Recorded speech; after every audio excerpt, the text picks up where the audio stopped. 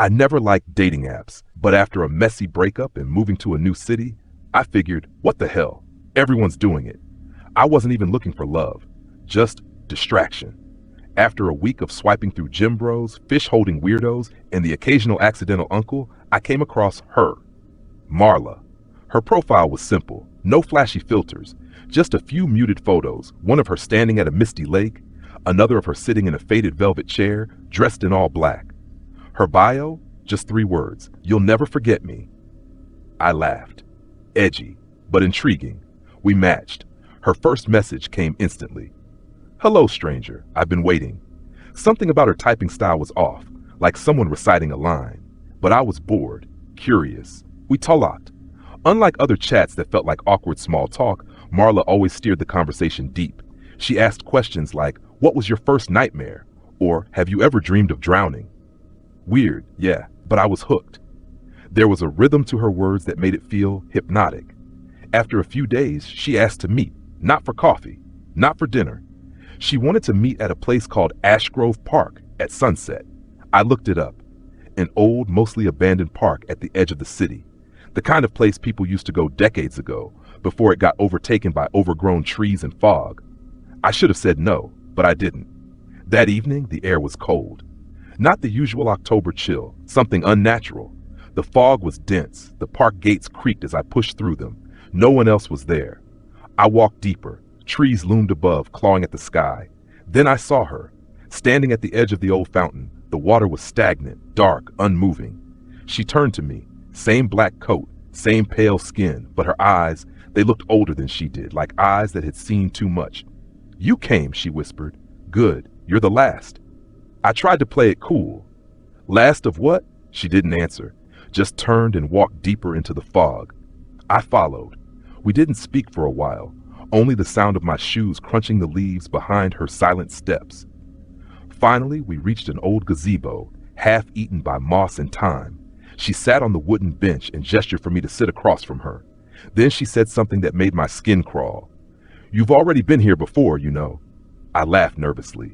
"I've never even been to this part of the city." She smiled. "Not in this life." Suddenly, I felt a wave of nausea, dizziness. The fog around us thickened, and I heard whispers, faint at first, then louder.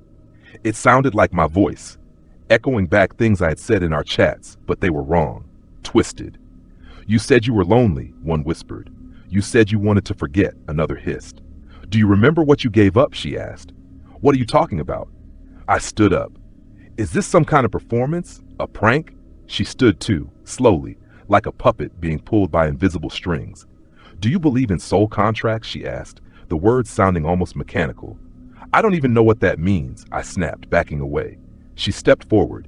"It means you made a choice, long ago. You swiped right when you shouldn't have." "I'm leaving." I turned, but the path was gone. No trail, no gate, just fog. I ran. Branches scraped my arms. My breath came out in panicked gasps. I didn't know where I was going, just away from her. But every direction was the same. Trees, fog, darkness. Then I saw something in the distance. A row of figures, standing motionless. As I approached, I realized they were statues, weathered, human-shaped, all of them holding phones. I stepped closer to one and nearly screamed. It was me. My face carved in stone, eyes wide in horror, phone in hand. I looked around. All the statues had the same expression. Fear, panic. I heard her voice again. They all swiped. They all matched. They all stayed. I turned around. There she was, standing inches from me. "You asked for a distraction," she whispered, "but you forgot what it costs to forget." Her hand touched my chest, cold as ice. Then, blackness. I woke up on a bench in Ash Grove Park. Morning sun, birds chirping, people walking their dogs like nothing happened. I sat up, dizzy, heart pounding. Was it a dream? A breakdown? I checked my phone. The app was gone, completely vanished from my home screen. Even the App Store showed no record of it ever being installed. I Googled Marla. Nothing. But later that night, I got a push notification. No app, just a message. "You came back. I knew you would." And now, every mirror in my house fogs up, even when it's warm, even when I haven't showered. And every time the same words appear. "You'll never forget me." Story 2. The Man Who Followed. It started out normal, just another lazy Thursday night. bored and half watching some old thriller on Netflix when I opened the dating app. Swiping had become a reflex, like scratching an itch that never really goes away. Most faces blurred together, selfies, filters, some cringy bios. And then there was Tyler. He wasn't flashy. His photos were all natural, no filters, no gym mirror flexing. One picture was of him sitting in the grass, reading. Another with a dog. His bio was just, not here for games, just want to know someone deeply. I matched him without overthinking it. Within seconds, he messaged, "Hey, I was hoping you'd swipe." His messages were thoughtful, articulate. He wasn't just about small talk. We spoke about music, dreams, fears, family. He seemed safe, real. That's rare on dating apps. Within days, we were texting nonstop. He never pushed for photos or called me babe after 5 minutes like most guys. Instead, he asked about my favorite childhood memory, the last dream I remembered. When I told him about the recurring nightmare I used to have, a shadow man watching me sleep, he didn't laugh. "He still visits sometimes," he said. "Doesn't he?" It chilled me, but I laughed it off. Coincidence? Probably just a good guess. I moved on. One evening, he asked if I'd like to go for a walk. He said he preferred quiet over crowds. We chose Grayfield Park, a small wooded place on the outskirts of town. It was almost sunset when I arrived. Tyler was already there, standing near the trailhead, smiling. He looked just like his pictures, tall, calm, slightly shy posture. He wore a black jacket and gray jeans. Simple, casual. We started walking the trail, exchanging stories about childhood, college, awkward first dates. I noticed he never walked beside me, always slightly behind. When I slowed down, he did too, but he never passed me, always behind. At one point, I turned and said jokingly, "You walk like a bodyguard." He smiled. "Not protecting you, just watching the path." It felt off, but he was charming enough to pull it off as a quirky comment. Then he asked something strange. "Do you ever feel like someone is already walking in your footsteps before you've even taken them?" I paused. "You mean like fate?"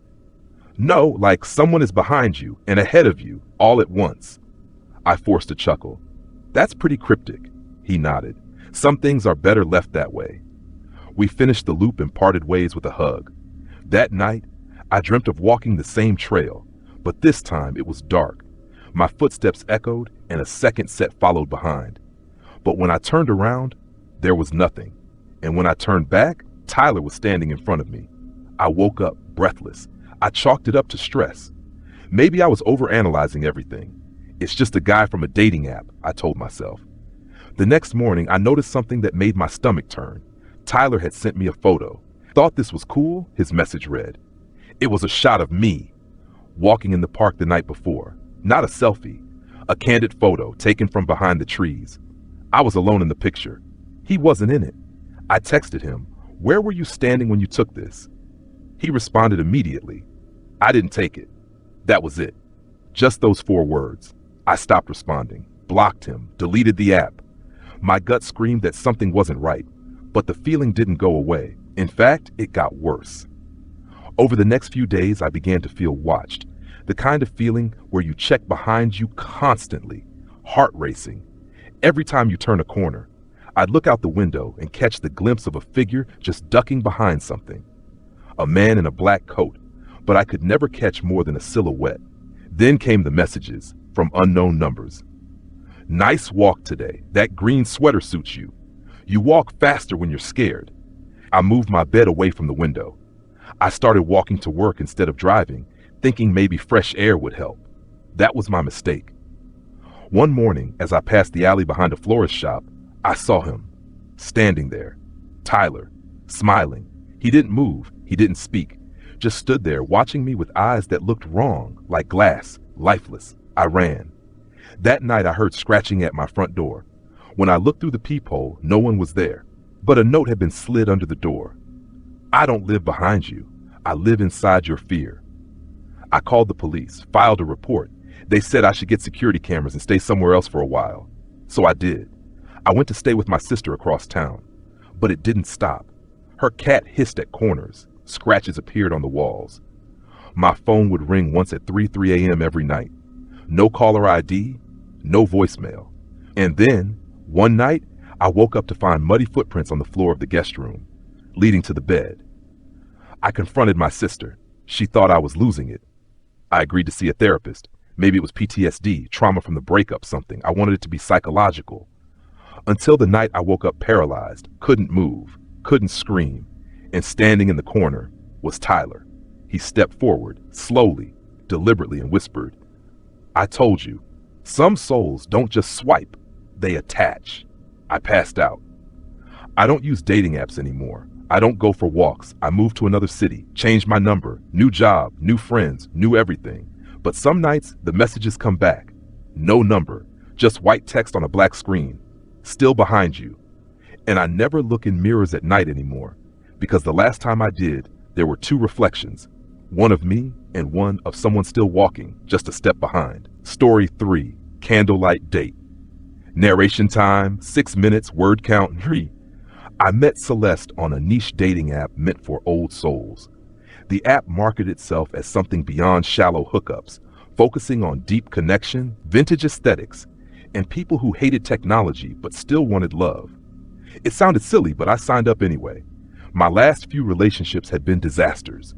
Celeste's profile was captivating. She had this timeless look, dark eyes, porcelain skin, raven black hair tied in a bun like someone from the 1800s. Every photo was in candlelight or sepia tone. Her bio read, "The past isn't dead, it just sleeps beside us." I thought it was poetic. A little odd, maybe, but I was tired of basic profiles. She messaged first, "You feel old, like something that's been here before." That should have been a red flag, but I replied. Over the next few days, we chatted constantly. She never sent selfies, said she didn't believe in capturing the soul on glass screens. Instead, she'd write to me like a Victorian letter, long messages, dreamy phrases like, "I sense dust on your memory, and your silence speaks in tombstones." Again, odd, but oddly beautiful. Finally, she invited me to her place for dinner. Said she didn't like restaurants, too noisy, too bright. She preferred intimacy, atmosphere. She lived in the old part of town, in a historical house nestled between two crumbling brick buildings, both long abandoned. Her home had no doorbell, just a heavy black door knocker in the shape of a crow. I knocked. Celeste opened the door herself.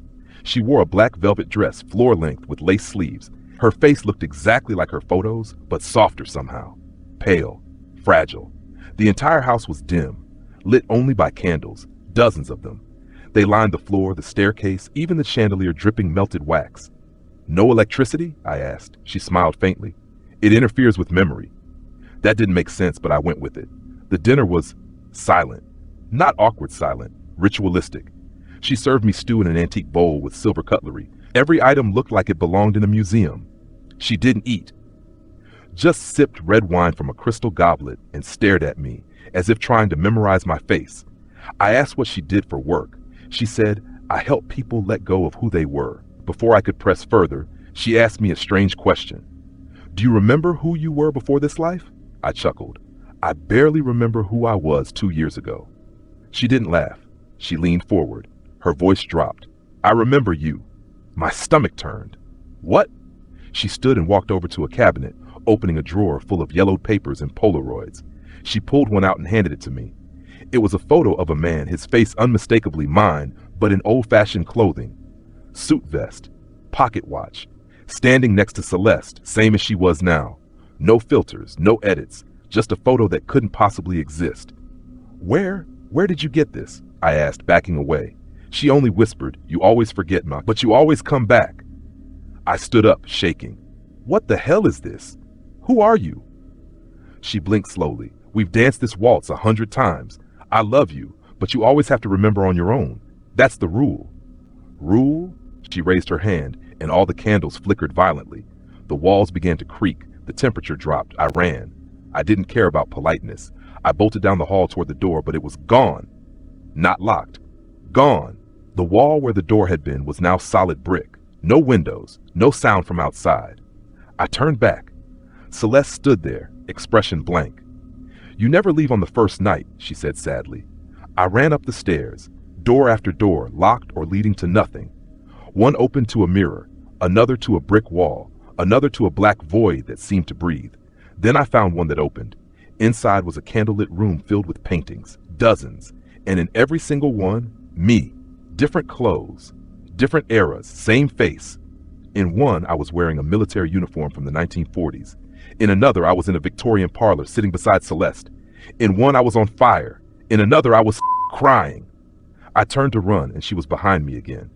"You always get scared," she said gently. "You always run, but you always return, in another life, in another time." "What are you?" I screamed. She looked down, lonely, and with that, she placed her hand on my chest, and everything went black. I woke up in my apartment, morning light, buzzing phone, no sign of Celeste, no candles, no old furniture. I chalked it up to a vivid nightmare, until I opened my camera roll. There were photos, dozens of them. Candle lit, me and Celeste, laughing, embracing, dancing. Some looked old, like they were taken on film. Others looked fresh. I never took them, and there was one video. I hesitated, then pressed play. It showed me sitting at her dinner table, eyes wide, whispering, "I remember now." Then the camera turned, and Celeste stared into the lens. "See? He always remembers, and he always forgets, but he always comes back." Story 4, The Profile That Changed. Narration time, 6 minutes 120. It all started with a swipe. Her name was Nina. Short auburn hair, quiet eyes, a shy smile. Her profile was simple, no flashy filters or glamorous photos. Just a few pictures, one in a bookstore, one on a rooftop at dusk, and a final one of her sitting in a field of wildflowers, gazing up at the sky. Her bio read, "I believe in second chances, even when they hurt." It felt heavy. Not poetic, just real in a way most profiles didn't. I swiped right. We matched almost instantly. Our chats were easy, natural. She didn't use emojis or lol every other word. Instead, she replied thoughtfully, with perfect punctuation, like she put real care into her words. Within a few days, she shared her number. I asked if she wanted to meet, but she said she had just moved back to town and needed time. Said she'd had a rough year. Too many people left without warning, she texted. I told her I'd wait. I was in no rush. That was the last normal day. The next morning, I opened the app and noticed something strange. Her profile picture had changed. Instead of the one with her smiling in the bookstore, it was darker. She looked sad, no makeup, under dim lighting. I assumed maybe she just updated it. Later that evening, it changed again. Now she looked bruised. There was a dark blotch under one eye. Her lip was swollen. I stared at it for a full minute, then clicked on her profile. Everything was the same name, same bio, same old messages, but the new photo was unmistakably different. I messaged her immediately. "Hey, are you okay?" "I'm fine, just tired." Then the photo changed again right in front of me. This time, she was lying down, her face turned to the side, her eyes open but glassy. I blinked, refreshed the screen. The image was gone. Her profile photo reverted to the one of her in the field of flowers. I tried messaging again. No response. That night, I couldn't sleep. I kept thinking of those pictures. Maybe she was trying to say something. Maybe it was a cry for help. Or maybe someone had hacked her account. I checked the app again before bed. There was a new message from her. "I thought you were different." And then, like before, her profile vanished. Not unmatched, not blocked, gone, as if she'd never existed. The next day, I reached out to the app support team. They said the profile had been deactivated 3 months ago. Confused, I asked, "Then how was I messaging her all week?" The support rep responded, "That's not possible." I stared at the email, cold creeping up my spine. If she was deleted, then who had I been talking to? I couldn't shake the feeling that something was unfinished, something wrong. So I did something I probably shouldn't have. I searched for her name on Google, Nina Elwood, hometown included. I wasn't expecting anything, maybe an old Facebook, an outdated Instagram. What I found was an obituary. Nina Elwood, age 26, passed away in a domestic violence incident 3 months ago. The article included a photo. It was her, the bookstore picture, the wildflower field, all of it. My heart raced. I looked again at the obituary's date. It was posted 2 days before we matched. That should have been the end of it. I should have walked away. But I couldn't. I became obsessed. I visited her grave. Yes, I found it. A small tombstone at the edge of a quiet cemetery. I left flowers. I apologized to no one. And when I turned to leave, I felt eyes on me. Not a figure, just a weight, a pressure. That night, the messages resumed from a random number. "I thought you were different. You said you cared. You were supposed to help me." I blocked the number. It didn't stop. Every new number began the same way, and every message was angrier. I deleted the app, changed phones, moved apartments, but then came the photos. First, they appeared in my email, then on my TV when I turned on Netflix. Once I woke up and they were printed on my nightstand. Photos of Nina in every stage, smiling, then bruised, then dead, and in the corner of every image was me. The final message I ever received came on my birthday. It wasn't a text or a call. It was a letter, an actual envelope with no return address. Inside was a single printed photo, me, sitting on my couch, staring at my phone. The timestamp on the back read, 5 minutes from now. Underneath, written in faded ink, you watched, you waited, you left. I haven't dated since, but sometimes in the middle of the night I open my phone, and her profile is there again. Same photos, same bio. I believe in second chances, even when they hurt. And every time for just a second, I think about swiping right again. Just to say sorry. But I know better now. Some ghosts don't want closure. They want you to feel exactly what they felt, helpless, ignored, and forgotten.